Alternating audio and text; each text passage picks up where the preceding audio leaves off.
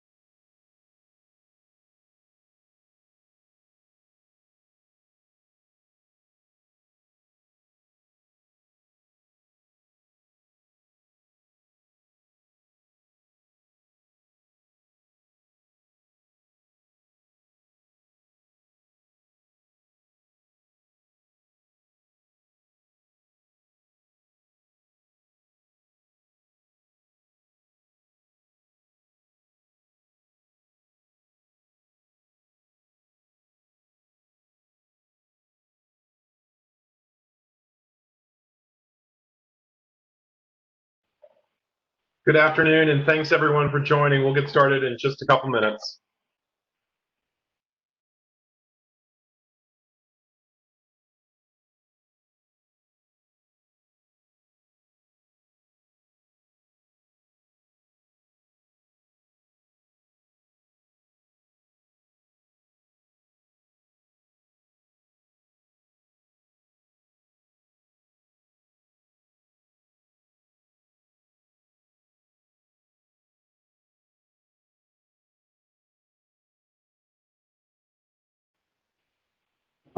Good afternoon and welcome, and thank you for joining this Academic Excellence Workshop today. Today's workshop is the third in a series of workshops you've been able to attend in the weeks leading up to your official start as a GW Law student. The recording of the two previous workshops is available on our orientation webpage. The address to access those is simply www.law.gwu.edu/orientation. If you scroll down to the previous events section, the links are available there.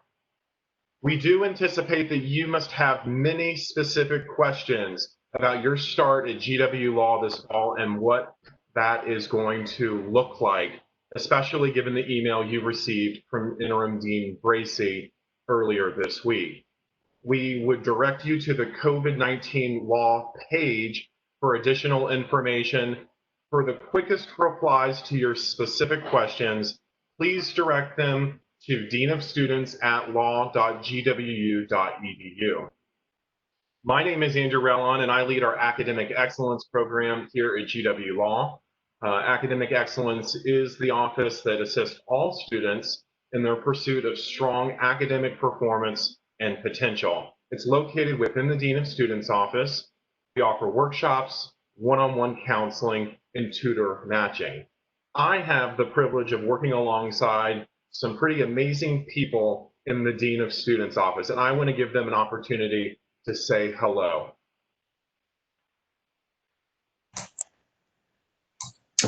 I'll start. Hi, my name is Jason Belk. Oh, are we all talking at once? Hi, my name is Jason Belk. I'm the Assistant Dean of Students here. I am eagerly awaiting your virtual arrival and for some of your in-person arrival. Thanks. Hi, I'm Dan Prestwich. I'm the Director of Student Academic Services at the Dean of Students Office, and looking forward to getting more of a chance to talk to you all and interact with you soon. Welcome. Hi, everyone. I'm Megan Gabrielson. I'm the Executive Associate in the Dean of Students Office, and I'm actually currently sitting in the Dean of Students Office, getting some work done, getting ready for all of you to be here in a virtual environment, and we cannot wait to get this semester started. Wonderful. A few technical logistics and then we'll get started. Like previous workshops, during today's event, all the attendees are going to be in listen-only mode. We have reserved plenty of time today throughout the session to answer your questions. If you do have a question that you would like to submit, please take advantage of the chat box on your screen. We're going to reply to as many as possible in today's workshop. As a reminder, this presentation is being recorded, and we will post the link to the recording as soon as possible. I do have a couple other quick announcements to go through. Wanted to follow up on the ZeroL program that Harvard has made available to all incoming law students across the country. We have previously shared a form for you to complete if you wanted to opt into that program. If you have any technical issues with the platform, I encourage you to email Harvard directly. Last week, I made an exciting announcement that we have a new partnership with Wolters Kluwer, the publisher. We now have access for all of our students to their digital study aids platform. This is an incredible resource that makes books like the popular Examples and Explanations series available to you at no cost. So, more information coming about that, and I do know you will need your GW Law credentials in order to access those resources, but more information coming. It's worth getting excited though. Another document I want to share with you now is something that we published, Best Practices for Distance Learning. Many of you are setting your workspaces as you prepare to learn remotely this fall. This is a document we put together for some things for you to consider as you're setting up those study spaces. So, as we begin to think about succeeding inside the classroom, that's the topic for today. Let's take a look back and see what we've accomplished. So, first things first, I always like to talk about the end goal. What is the end goal? Your final exams. You're doing well on the final exams. That's where your mindset wants to be. So, how are you going to do well on those final exams? Diligent preparation for class, out of class studying, and of course, practice problems. One of the key things that we've tried to do in these pre-orientation workshops is remove the shroud of mystery in law school, kind of demystify this whole experience for you. And we hope that we have done that for you. So we've talked about the law student experience, we've talked a little bit about legal analysis, and today we are moving inside the classroom. So let's get started. Please remember that at the end of each topic, we are going to be answering some of your questions, so be ready to submit those. Again, thank you for being here. So let's get started. I want to talk a little bit about neuromyths. Let's begin by thinking about how we think and learning about how we learn. I'm going to open this section with a couple longer quotes, and I'm going to read them out loud, but we're also going to put them in the chat. Usually I don't like to put a lot of text on slides, but I think these quotes say something really special and say it better than I could rephrase. So let me read them out. Deep learning is messy, involving crossouts, deletions, insertions, rewording, struggle, rewriting synthesized rules that encompass multiple cases, rethinking structure, and often starting from scratch multiple times. Independently writing multiple documents from scratch, case briefs, case charts, summaries, hypos, outlines, can seem like a colossal waste of time. But the messy, inefficient process of forcing yourself to think through and re-examine a matter multiple times from multiple angles usually results in much greater understanding and an ability to use rather than merely regurgitate law. Sometimes being inefficient is the most efficient way to learn. That quote is from an academic support blog that I subscribe to, and I think it does an excellent job kind of explaining what you have ahead of you over the next few weeks as you are learning how to learn the law. And that's something that we want to be mindful of, that it's not going to be expert level for you from day one in class. It's going to take some time to get used to being a law student. So begin law school with that in mind. You are not going to be an expert on how to learn the law from day one. So going back to neuromyths, the term neuromyth was coined by a report that was published on understanding the brain and how the brain works. It refers to the translation of scientific findings into misinformation regarding education, okay?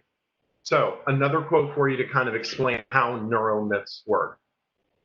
Perhaps the most important point to emerge from the OLC report is that continuing to adhere to these neuromyths may be detrimental to student learning because, for example, it encourages students to seek out information presented only in a particular way, such as visually. This has led to the study's authors to recommend that educators be disabused of these pernicious myths and instead adopt teaching practices informed by research and science. Okay, so I've explained a little bit about neuromyths. Let's look at a couple of them head on and talk about what people have been taught to believe about how the brain works, but it's really not true. So you might have heard this one before. The first one is students learn best when they are taught according to their preferred learning style. No, they don't. And several scientific studies have proven that. The problem with this neuromyth is that it causes students to adopt a limited learning mindset. I can only learn visually. I can only learn by hearing. That's simply not true. Students should be taught that all methods of learning are effective. In fact, the more learning tools a student has, the better learner they will be. So I encourage you, break away from the idea that you can only learn in your preferred method. Let's look at a different neuromyth. I'm an auditory learner. I can sit in a lecture without taking notes and learn everything. That is flat out incorrect. Learning is an active activity.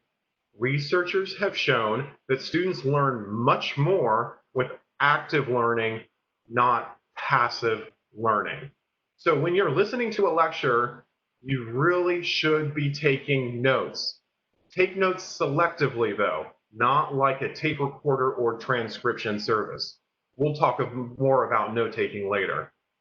So ask yourself questions, too, in class. How does the material that you're currently learning relate to what you have learned in the past?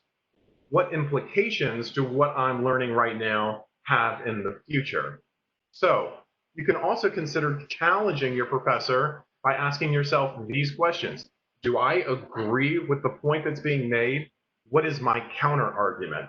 So reflect on what you've learned and self-test yourself. All right, let's look at one other popular neuromyth. Listening to classical music helps me learn. There is zero science behind this claim. If anything, it's actually distracting your brain because you're processing the music, whereas that processing power could be going towards processing the information you are studying. There is zero science behind the claim that listening to classical music improves your concentration. Now, we've talked about those three neuromyths, and there are many more out there that have been, debunked. But There is science behind metacognition. That's an introspective process to help you discover under what conditions you do learn best. So we look at learning preferences, again, not as learning mandates, but you can see how you tend to prefer to receive information. Prior to law school, your learning process might not have been truly intentional, and you might have still excelled.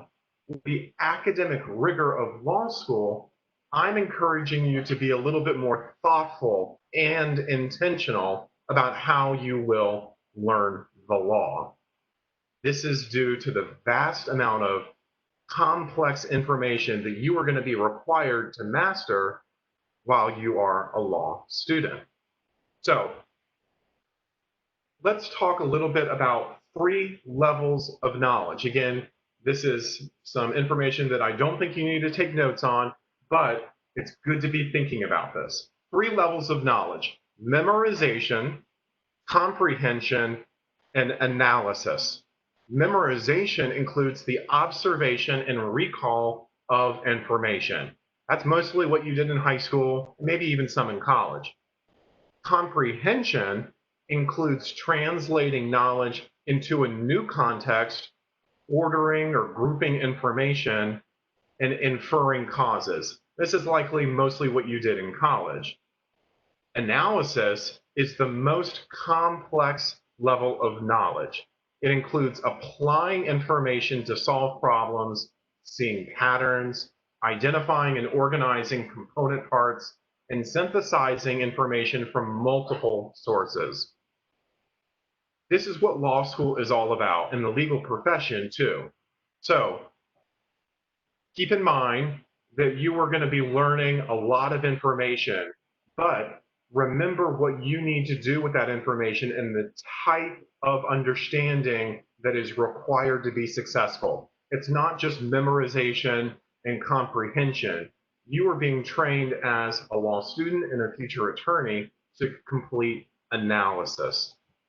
So let's talk a little bit more about learning, and I want to introduce you, if you haven't heard of him before, a gentleman by the name of Hermann Ebbinghaus. Ebbinghaus studied memory in the late 1800s, and he actually published his famous learning curve. In this learning curve, what his conclusion is that periodic refreshing improved long-term memory. This has been frequently renamed as spaced repetition or distributed practice, but the big conclusion is it takes many repetitions to firmly learn new material long term. Okay, so applying in active ways increases your ability to remember. Again, it's all about practice. So another thing that you can do to improve your memory is not just distributed practice, but also explaining the topic, whether in writing or out loud, as if you were teaching someone else. That is a great way to learn. So we've just spent the first few minutes learning about learning, thinking about thinking. All comes back to practice. We're going to be talking about practice, practice, practice in every single workshop. I promise you that. Active learning is key for retention. You can't control how your professor is going to run their classroom, but you can take control with how you are learning the material and mastering the material. And I cannot say this enough times. Doing the assigned reading and then listening to your professor lecture is not going to be enough. You need to be an active participant in the classroom, and then after class, as you're reviewing notes, you need to do practice problems, okay? That's how you truly understand how the topics and the rules work. So your primary means of learning the material should not be rereading the cases again and again or listening to lectures again and again if the recordings are available to you. It should be practice problems. And here I am telling you frequently those practice problems are not going to be assigned outright to you. It's going to be up to you to master those rules through practice problems that you assign yourself. Okay, talked a lot about learning. I know that there must be a lot of questions out there, and I want to go ahead and, as we wrap up topic 1 on learning and thinking, respond to some of the questions that you may have. So take advantage of the chat box. We're going to be answering a couple questions right now on neuromyths, learning, thinking. So if you have any questions, put them in the chat box, and we'll talk about them now.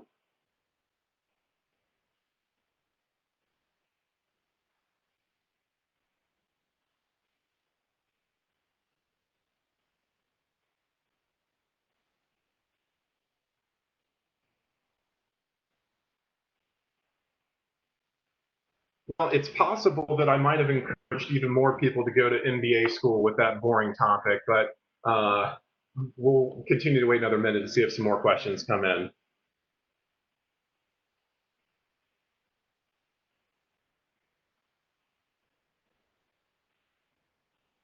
Okay, we do have one question that's come in. Oops.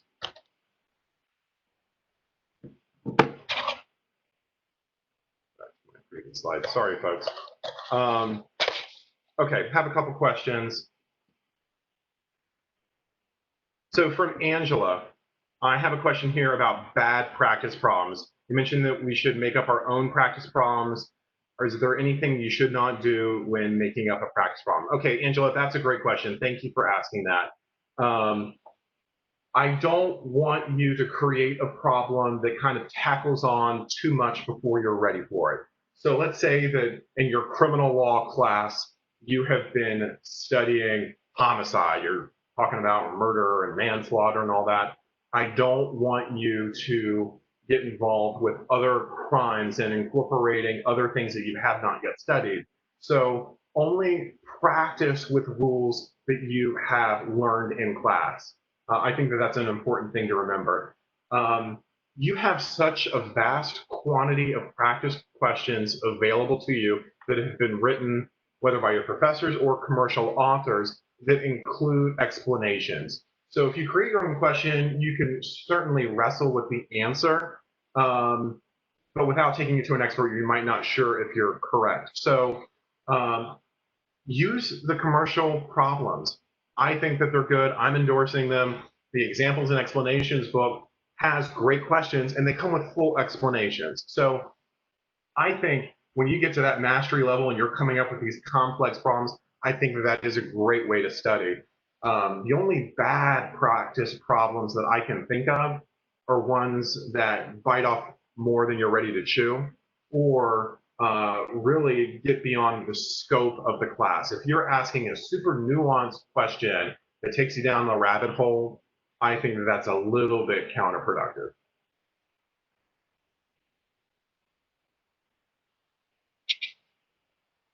All right.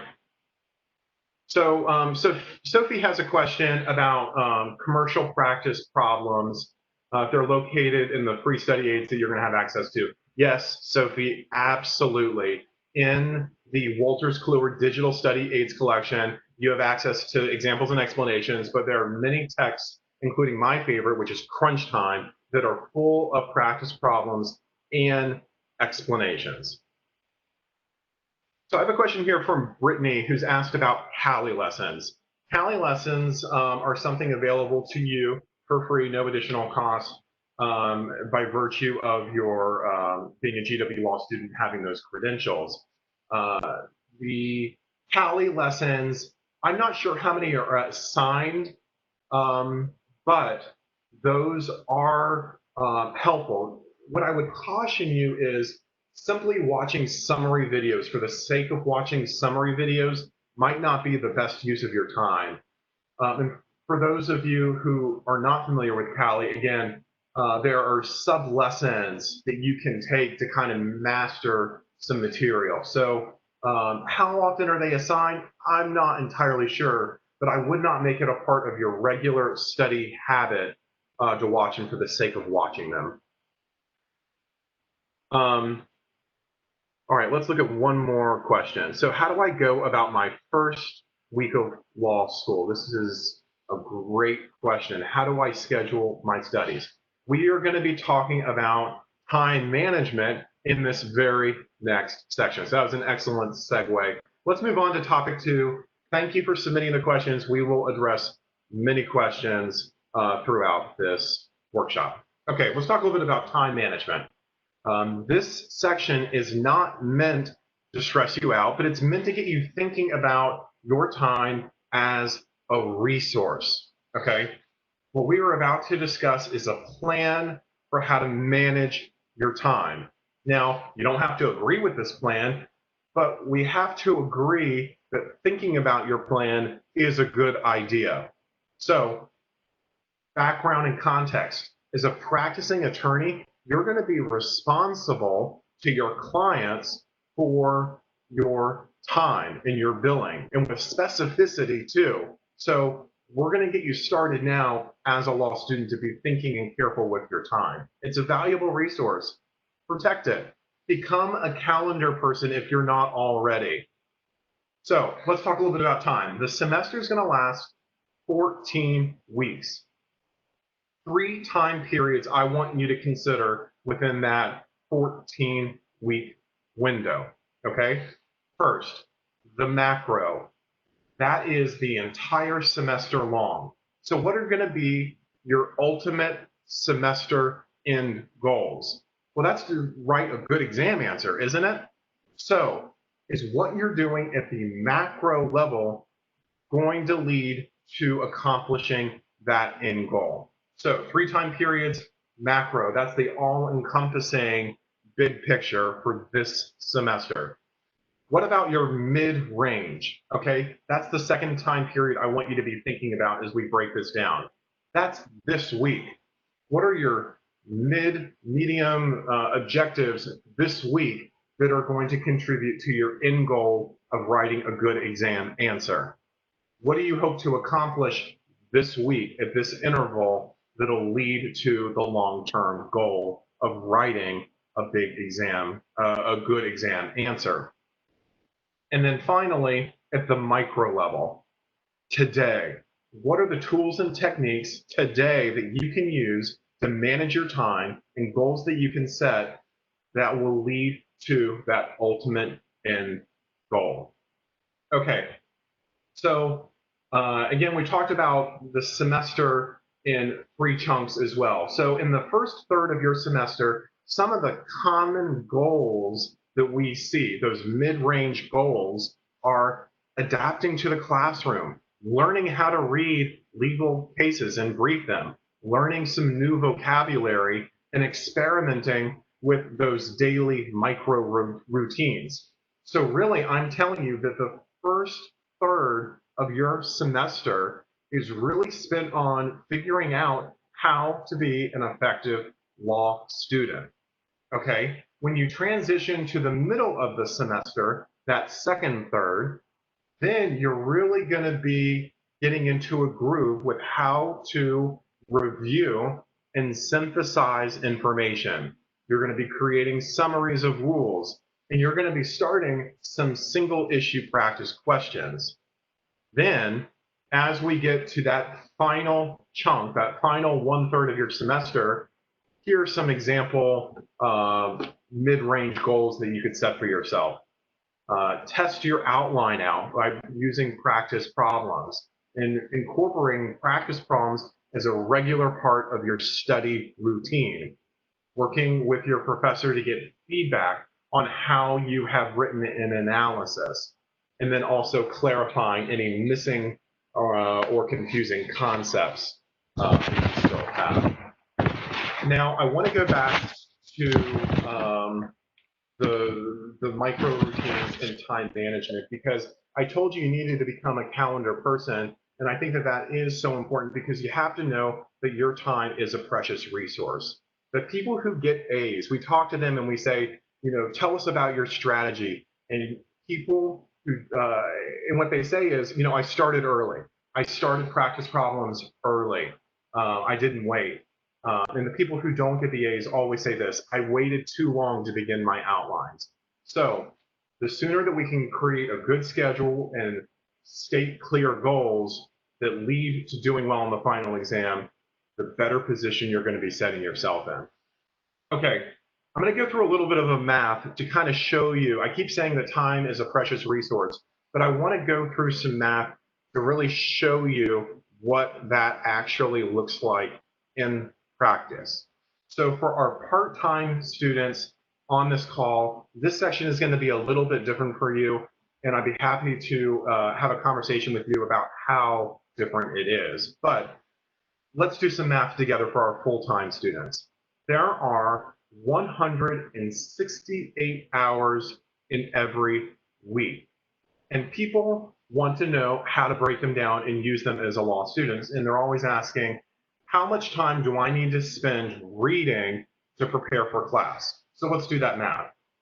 You're going to be in class 15 hours a week, okay? And the general maxim is you need to spend 2 times the amount of time that you're in class to prepare for those hours in class. So if you spend 15 hours a week in class, generally you might expect it's going to take you 30 hours to prepare for those 15 hours, okay?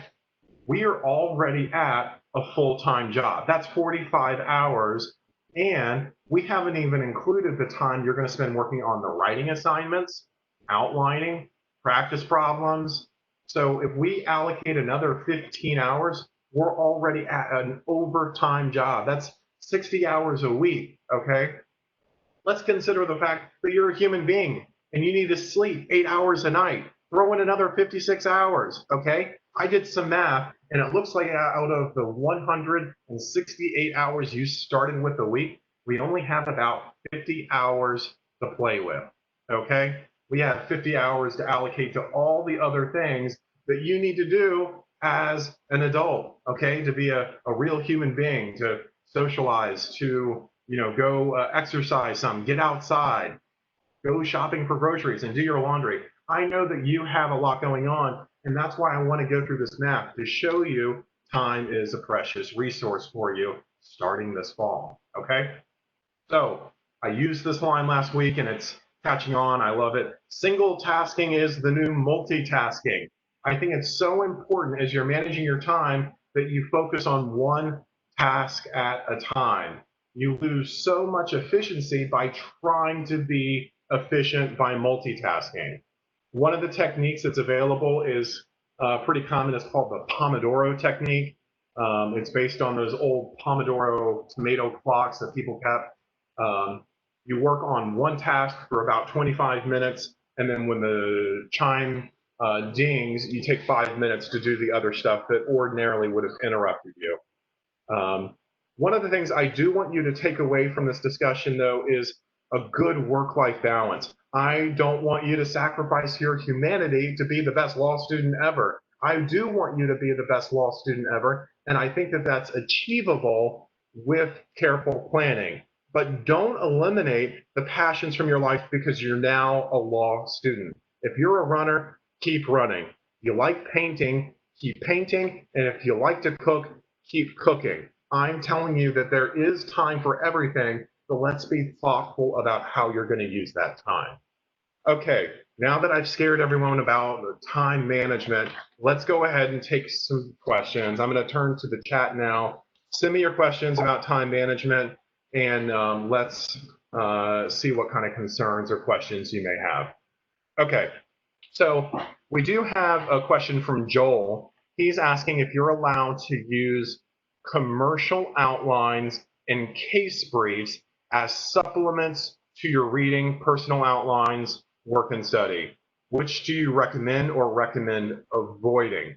Joel, that's a great question. I am a big fan of the Wolters Kluwer resources. That's why I'm so excited that you now have full digital access to them. Here's what I want you to be careful of, Joel. As you are studying, remember that quote I said at the very beginning I read out about messy learning?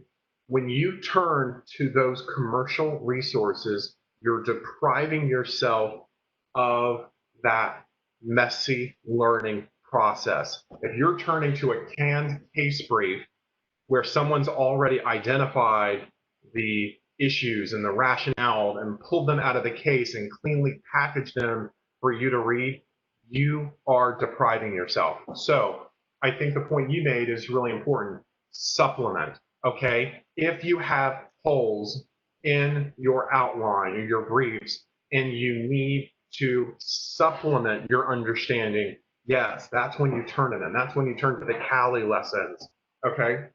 The commercial study aids are never the starting place. I want you to wrestle with the text, with the materials, and try to figure out, because that's where the best learning occurs. However, as a supplement, yes, turn to those commercial study aids. Take advantage of the Wolters Kluwer resources. A lot of people like the Emmanuel Law outlines.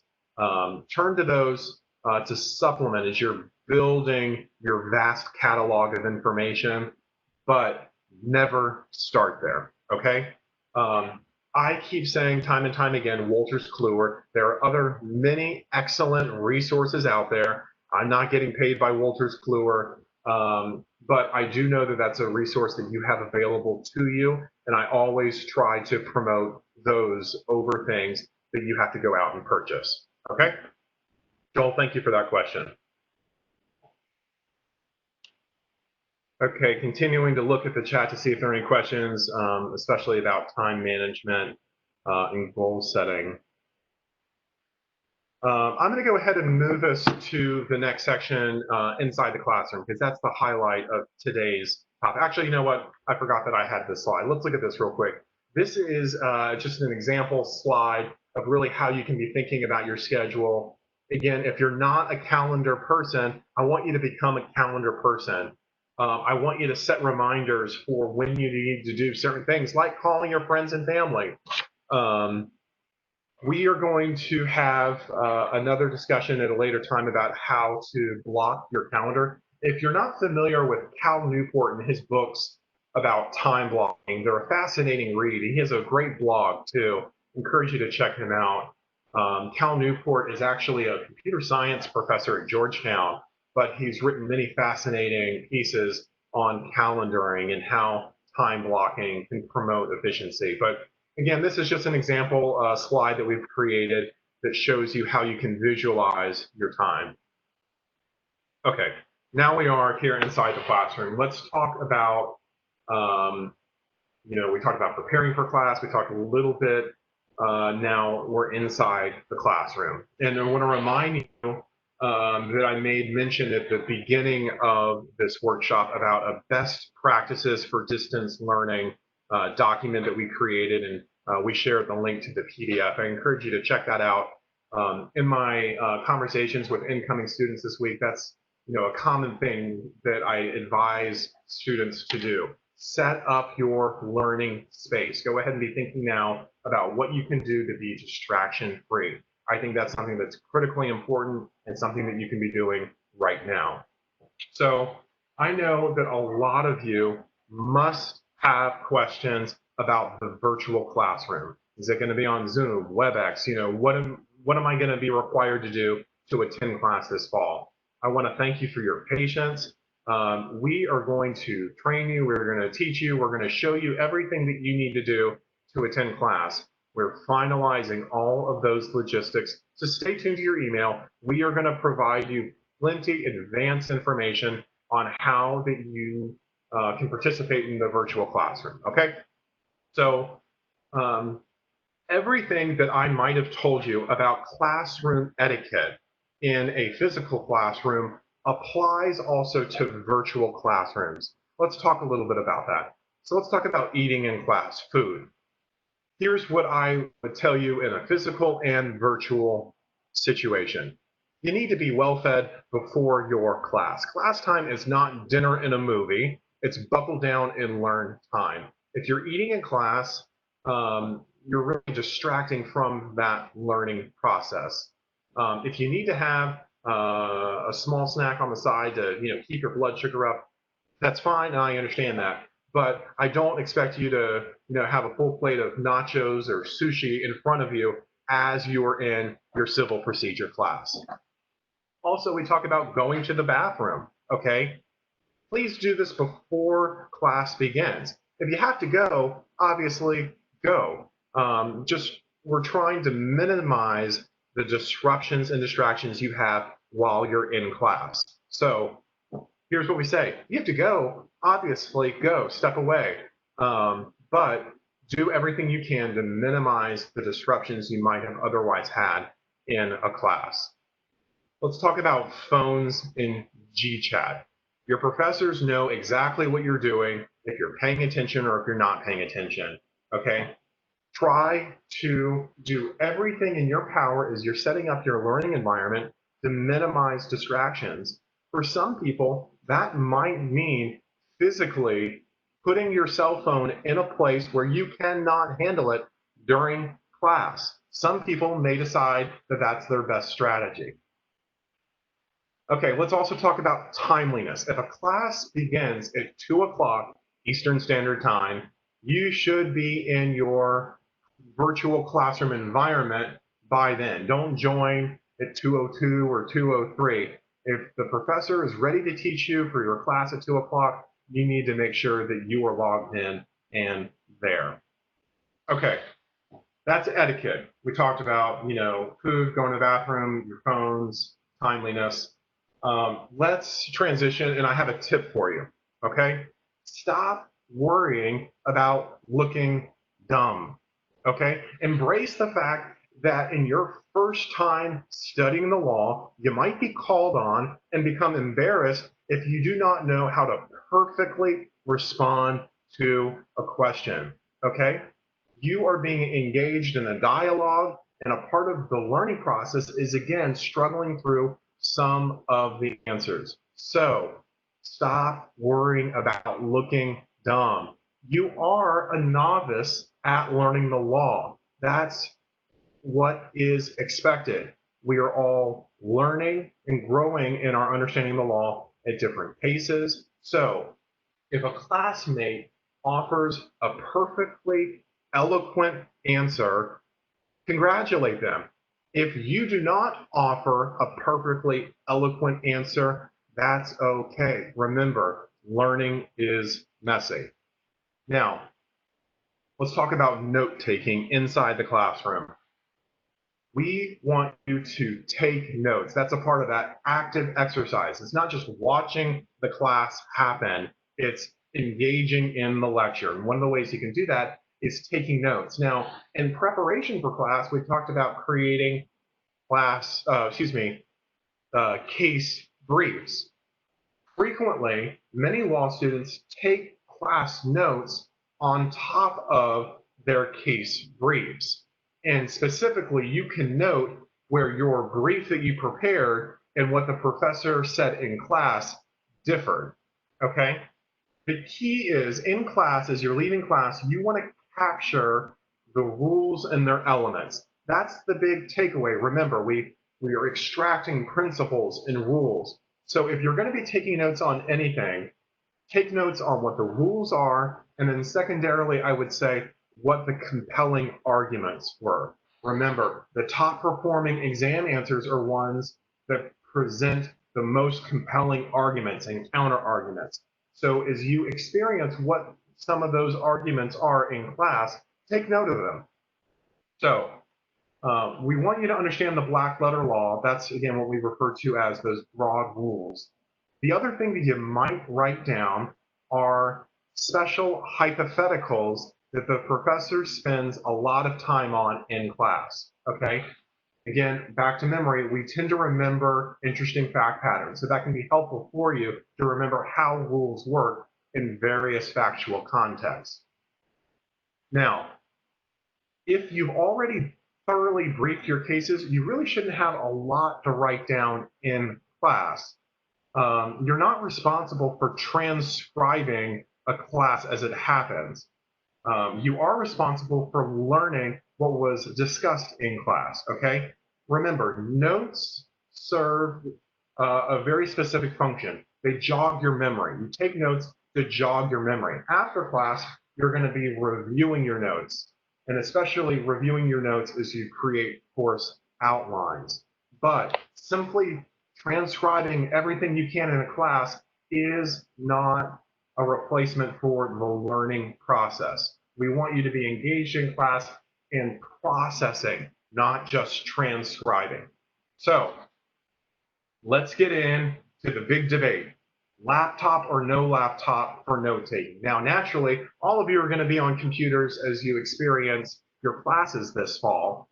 So we still have this discussion. Am I going to take notes by typing them or hand writing them? Now, I do not have a definitive answer for you on this debate. Here is my question for you.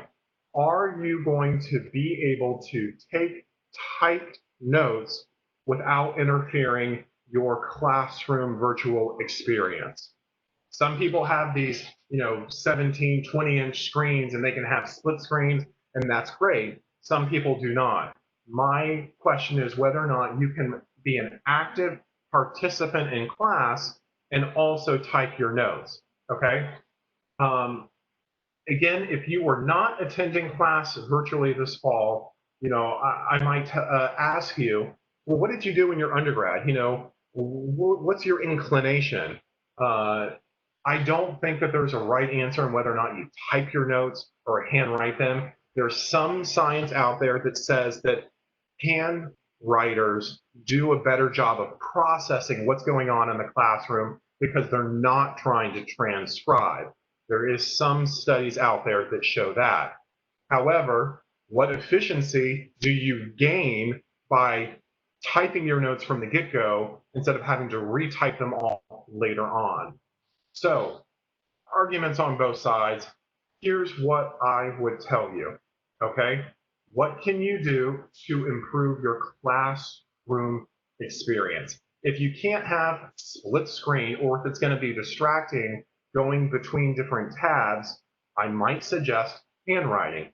However, if you think that you can type your notes, that's what you've always done in the past, and that's what you want to continue to do, and it's not going to be disruptive, then continue to type your notes. Remember, in the previous section, I said that the first third of your semester is going to be spent figuring it out. If the first week you start a system and you're not happy with how it's working, it's okay to change that system. I want you to remember that. Be flexible. So, a couple other pieces about inside the classroom, and then we'll turn to your questions. Another common question is, what should I do what should I do immediately after a class ends? Okay, and this all applies to your virtual classroom, okay? First things first, I want you to pause. Do not immediately go to that next thing that you had wanted to do, but take a minute to read through your notes and write a 2 to 3 sentence summary of kind of what happened in class that day. Practice taking the professor's words and kind of reframing them and rephrasing those into your own words. So your brain is a muscle though. So one of the things that I do want you to do after class immediately is take a few minutes to enjoy a little bit of downtime. I think that that's really important for you to avoid fatigue too. So immediately after class, if you're not racing to another class, take a couple minutes to review your notes, and then take a couple minutes maybe to step outside and get some fresh air, get a glass of water, watch a funny cat video on YouTube. It's really up to you. But the brain is a muscle, and we can only maintain sustained concentration for so long. So yes, after class, if you have a few minutes, take them to give your brain a rest. All right, another common question. What if I miss a class? You are expected to attend every class, and you're paying tuition for that, right? Obviously, it's unrealistic to believe that you will go through law school never having missed a single class ever. So here's how we handle those situations. First and foremost, be aware of the professor's attendance policy is laid out in their syllabus. It may give you some direction as to protocol that you should follow. including telling your professor about the absence in advance. Now, as you're talking about your absence with the professor after the fact, never ask this question: did I miss anything important? Yes, you did. Every class session is extremely important. There is so much information, and we have to cram them into a limited number of class sessions. Every class session is important, and you probably did miss a good amount of important material. However, we can still do things to catch you up. So still do the reading for that class. Get a classmate to share their notes, okay? And then use the professor's office hours to ask any clarifying questions. But don't use the office hours as an attempt to get the professor to repeat their lecture. So you're going to miss a class, still do the reading, still get the notes. And if a recording is available, still watch it. There's a lot of valuable material. But we understand that life intervenes and you may miss a class here or there. There are effective ways to respond to that. Don't simply just write it off and move on. You still need to recover everything that you lost, all those important discussions in class, okay? So we spent a lot of time just now talking about what it means to succeed inside the classroom. And I went through a few common questions. I know that there must be some more questions that you have. With the limited time we have remaining, I do want to try and answer as many of those as possible. So in the chat box, what are some of the questions you have about doing well inside the classroom? And if you have questions about your specific virtual classroom, again, I will do my best to answer those. Some of the answers may simply not be available yet. So turning to the chat now to answer any questions you have about succeeding as a law student inside the law classroom.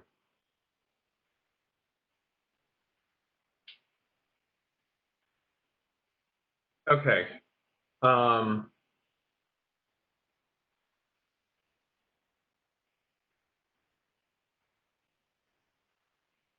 During the last session, I mentioned, this is a good question. We mentioned we should take live classes with the camera on, and that some professors will bar us from taking the finals if we don't take real-time classes.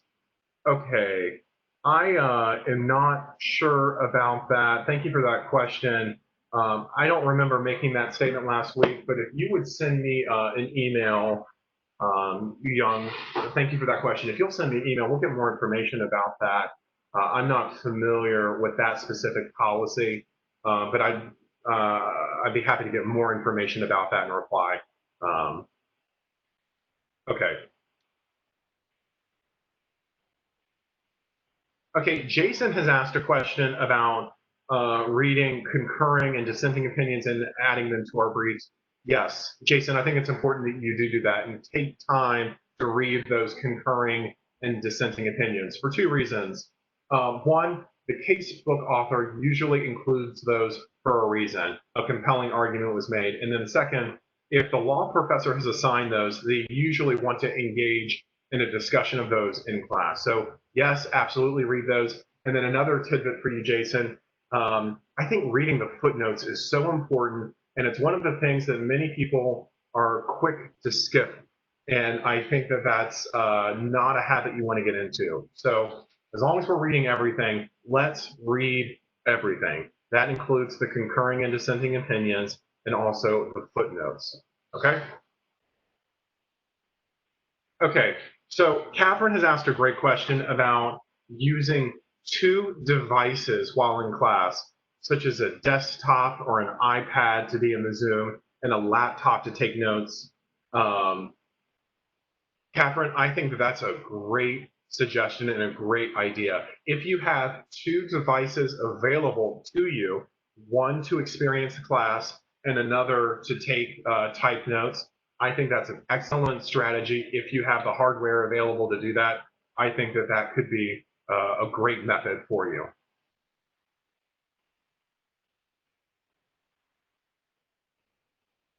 Okay, so Angela has asked a question here. I'm going to read it out. Will the decision for the law school to go completely online, will the Brandeis and be accepting more students? Those are our evening students. So as a student on the West Coast, I'm worried about there being an influx of students now taking classes online from other time zones. Especially if, class starts at 9 a.m. Eastern, that would be 6 a.m. Out there in California. So, Angela, thank you for that question. I know that that concern is on a lot of our students' minds about participating in classes in real time. Angela, and anyone out there, we want to be accommodating of those requests in your specific situations. The best thing that you can do at this time is to email deanofstudents@law.gwu.edu.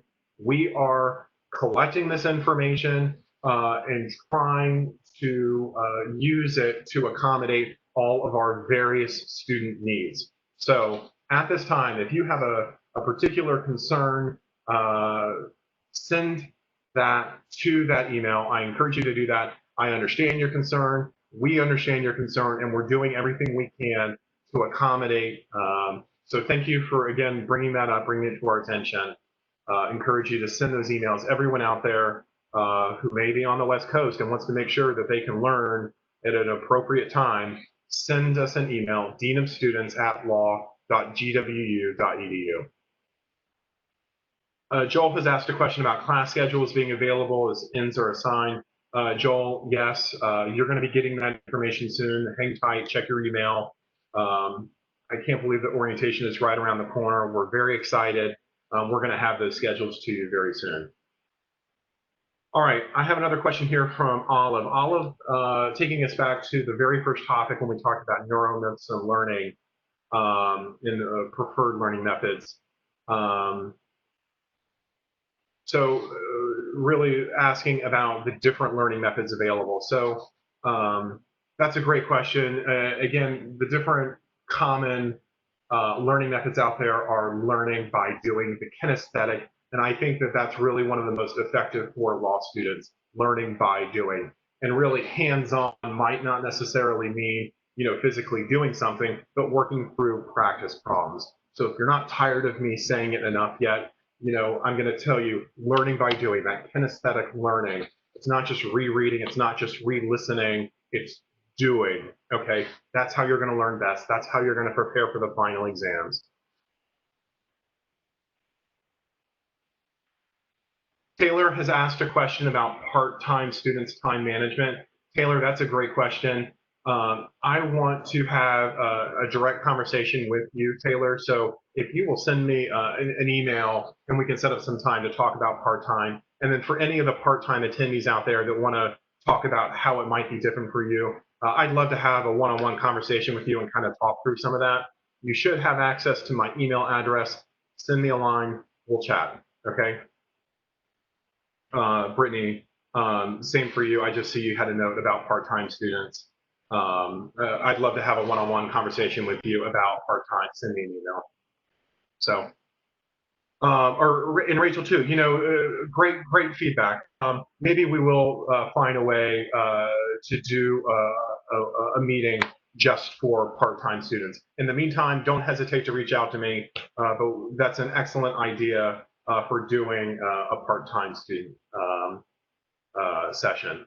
Okay, I'm looking here at the summer calendar. Next week, it's going to be entirely your questions. When we come together next week, we're going to have members of the Dean of Students staff who are going to be with us for the entire workshop, and we're going to have some upper level students join us, real GW Law students who are going to answering your unfiltered questions. They're going to give you their real response. So I'm going to be helping to moderate that. I hope that you can join us next week for that Q&A. I don't really have any slides. It's really just going to be all of your questions. I can't tell you enough how much I've appreciated having you here join us in this series, asking your great questions. Thank you for being here. We are so excited for you to start at GW Law in just a few weeks. We are so grateful for your support and your patience. So thank you for being here. That's the end of today's workshop, and we really hope that we can see you next week.